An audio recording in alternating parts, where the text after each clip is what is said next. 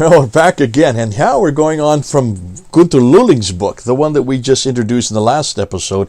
We're going to go on to this book. This is the one that Murad has done a great help for us. Remember I talked to you about Sawma, and he is an Aramaist. He is a native Aramaic speaker. He's also an Arabist, and he also understands Hebrew. That's why he is so important to this whole discussion, and that's why we want you to get this book as well. Let's make sure that this gets reprint after reprint after reprint, like what happened with Gunther Lulling. So let's do this one next. Let's do it now, and let's go to our good friend Saint Murad. Saint Murad, isn't that a great name? Let's go to his YouTube site to see what he has to say, because it's his YouTube site. God bless him for the work he has done to help us out, and we'll take it from there. We're going to get to this one, and I'm going to do a separate one on this. But I want to talk about this guy here, because Murad, my good friend Murad, who I've had on the show many times. Murad, if you're watching, God bless you for what you're doing.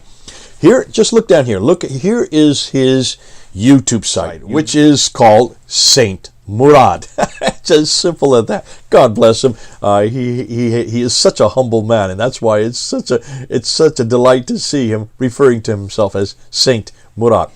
One of the things I love about Saint Murad, he's been a good friend. He's helped me many times in the past, but he understands the Aramaic, but he also is a fluent Arabic speaker himself. He does know a lot of Hebrew as well, and because of that, he is able to take what Sawma has said and then unpack an awful lot what Sawma is doing. And he makes no bones that he's using Sawma's research, because Sawma himself is probably the clearest, the best, because he is from that world, he is from that language. This is his own material, and that's why we need to go to him first. But it's difficult to read, and that's why Murad has decided to help you out. Go up on his site. You can see the YouTube. I have it right here. The Saint Murad. It's just called Saint Murad /videos, and he has put up 5 examples of where the Aramaic came from. I'm just going to give you a few, going side by side. Take a look at them.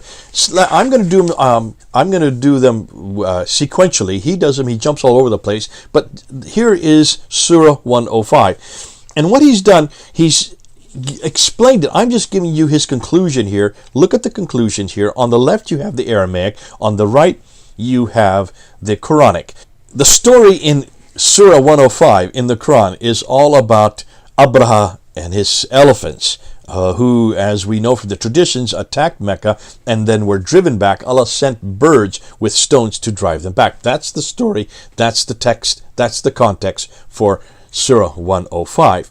But where does that come from? Well, you can see on the left.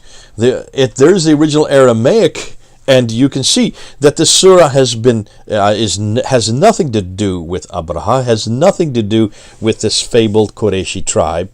It is much more simple than that. It's a historical context, as he said, that's going to be explained later.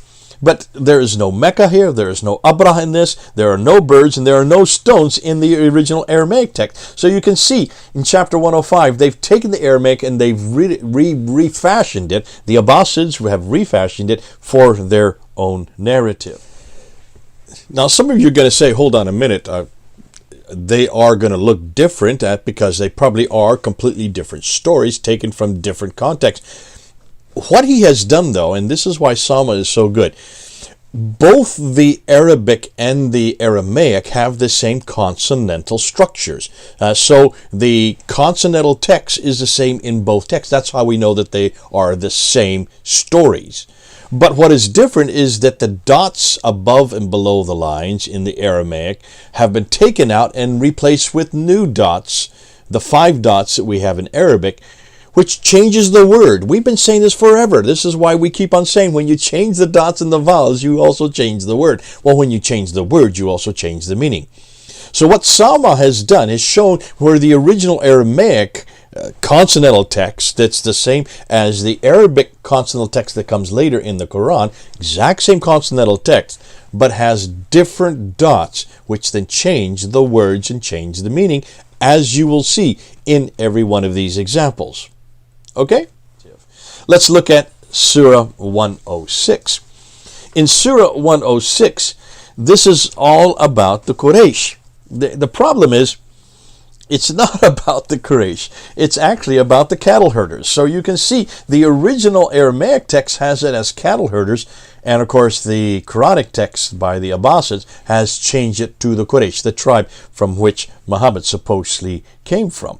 And it is not a winter and summer journey.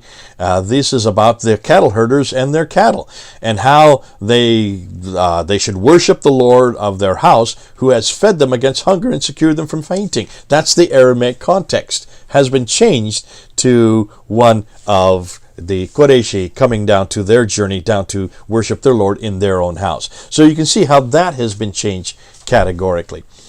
The next one is Surah 108. These are all at the end of the Quran. That's where they are very short, very to the point. That's why they're the easiest to give you as descriptions. In chapter 108, according to the Quran, this has everything to do with the Eid sacrifice. When you look at the Aramaic text where this has been derived from, there has nothing at all to do with Eid, or nothing to do with animal sacrifice. Remember, the Eid sacrifice is for goats, according to Islam, and that's why they point to chapter 108 as where that is derived. That's not the case in the Aramaic text. And Muhammad, it has nothing also to do with Muhammad or a castrated person. It is really just a simple instruction for the readers to persevere in their prayers. That's the Aramaic context. Has been changed to make it into an entire practice, an Islamic practice that was never there to begin with in the Aramaic text.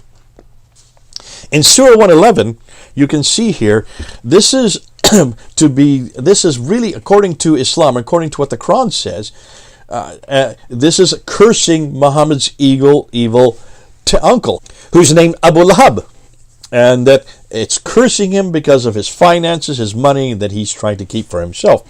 When you look at the earlier Aramaic reference that this is derived from, this has nothing to do with anybody named Abu Lahab. His name's not even in the text.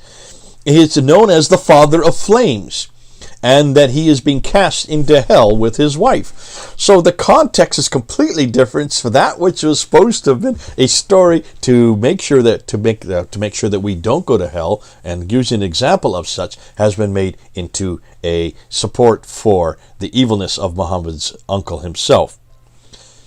Then we get to Surah 112, and that's the last one that he does, and this is probably the most important one. Take a look at this. This is his conclusion.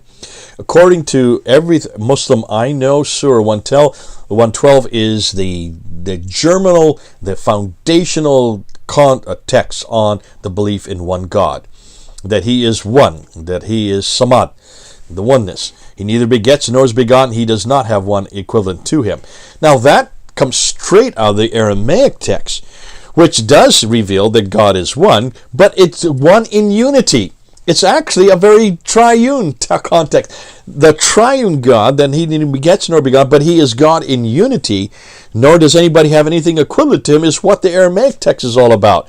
So they've taken this God is one in unity out, this triune overlay in the Aramaic text, which is the Trinity itself, and we made it into a monotheistic statement. Here is a theological difference. Here is an enormous doctrinal difference that is at the very foundations of Islam and the very foundations of the Quran itself.